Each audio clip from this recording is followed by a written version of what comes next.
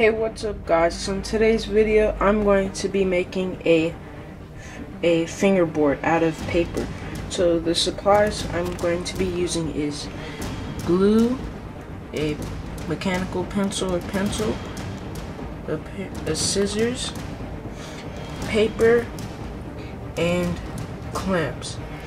So the amount of paper I have is 5. Now what I'm going to do, because I don't want my fingerboard skinny, I'm going to be folding the paper, so it's basically adding more sheets to it, but we only using 5 pieces of paper. So make sure you subscribe, like, and share this video. So now let's get started. Okay guys, so I'm going to be folding the paper, so I'm just going to make sure it is straight. Now I'm going to fold it this way. And when you fold it, you want to make sure you check the thickness so you don't go over too much. So here is 10 sheets of paper.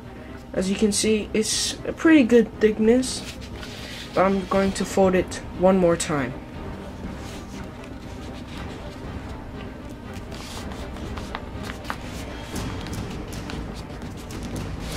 Okay, now this is 20 pieces of paper. 15 pieces of paper. So it looks good. The thickness looks good on it. So this is the thickness I'm going to have my fingerboard. So let me just cut it up.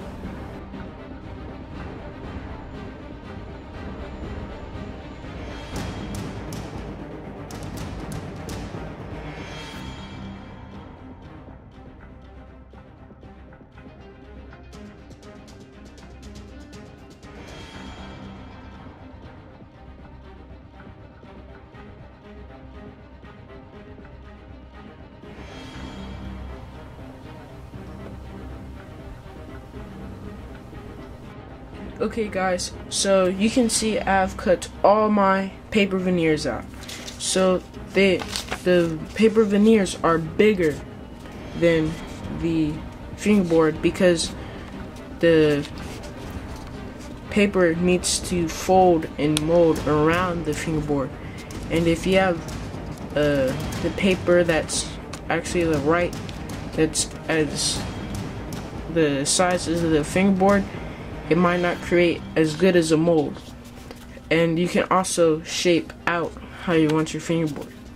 So I did cut a lot more veneers, 2 times more than my original plan, because I want a great pop for doing tricks like the ollie, kick flip, heel flip, tricks like that need a good pop. So that's why I chose it.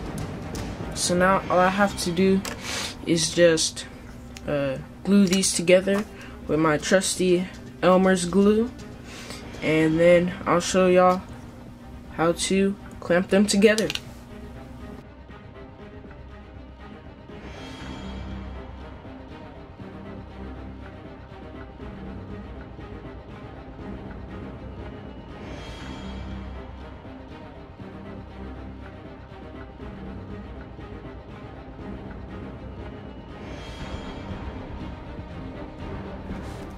Now I have glued all the paper together, as you can see, and I have punched it so they're nice and squished together. So now what we're going to do is that we are going to clamp the fingerboards together. So this one will go on the bottom because it has no grip tape. So it'll go right here, and as you can see, just get that straight, and there we go. And now this one will go on top. So just find it, and as you can see, you can just sort of eyeball it on if it's straight and lined up together. And then you can make sure it's done. So it's good. So now I'm just going to take my clamps. There we go.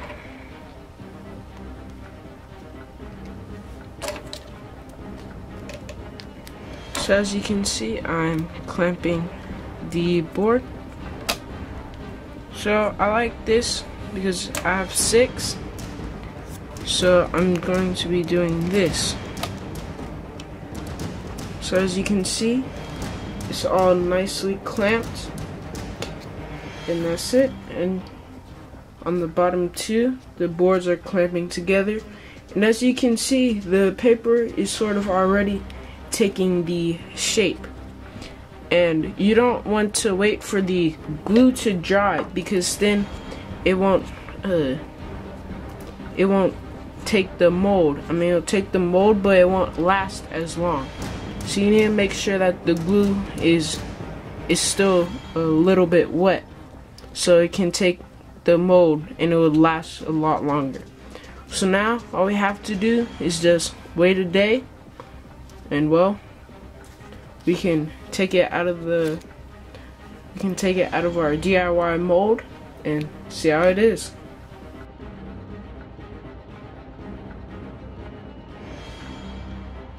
It has been 1 day since I put the papers into the mold.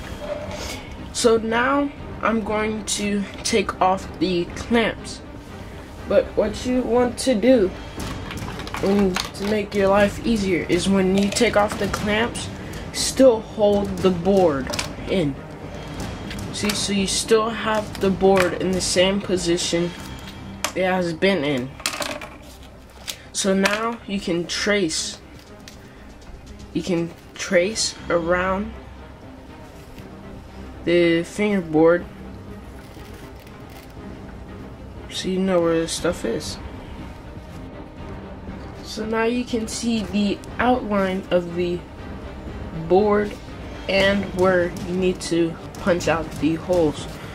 So now you can cut them. You can use scissors or an X-Acto knife. It doesn't really matter to me. I mean, I think the X-Acto knife would be a little bit harder since it is 20 sheets of paper, so it would be harder to go through it, but you would get a cleaner cut than using the scissors. So I'm going to use the scissors to cut off the majority of the excess paper, and use the X-Acto knife to get off those rough edges.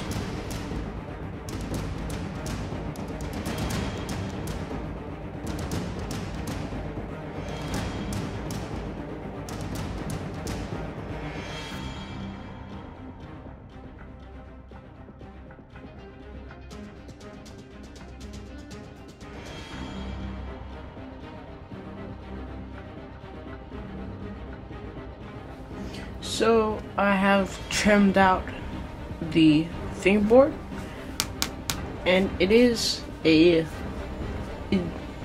little bit flimsy because it's cold, so it didn't have enough time. And since it wasn't hard enough, what I'm going to do is I'm just going to leave it. I'm just going to put it back in the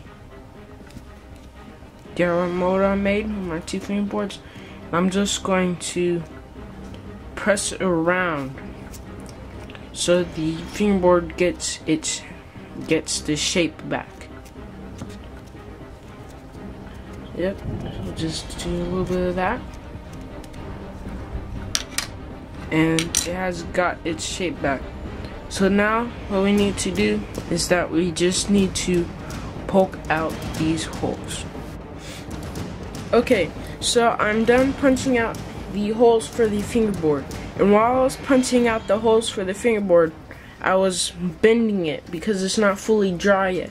So what I did was I took the 2 fingerboards I was using to make this fingerboard, and I clamped them together. So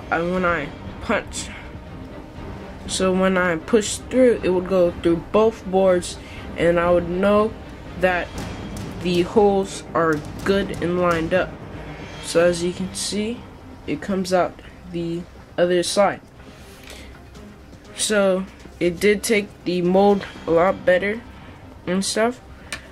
And I have chosen out trucks. They're just regular tech deck trucks I got off of this board right here. I am going to change the wheels to blue because these wheels are like a peach, like a light peach color.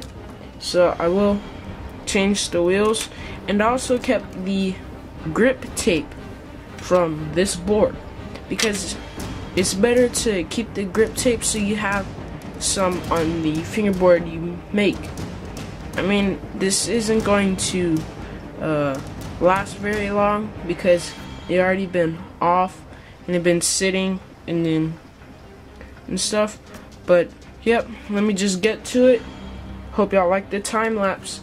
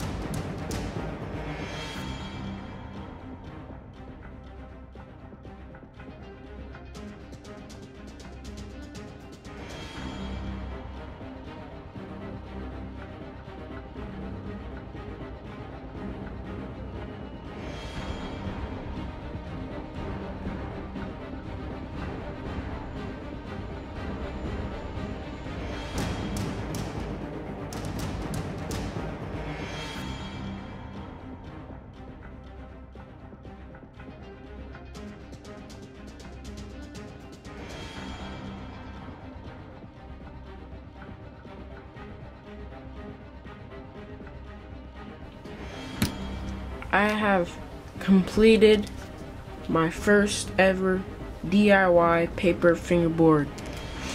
As you can see, I got the trucks on. Now it does need a little bit more time to cure, but other than that, it's really good. So yep, make sure to like, subscribe, share, and I'll see you in the next video. Peace out.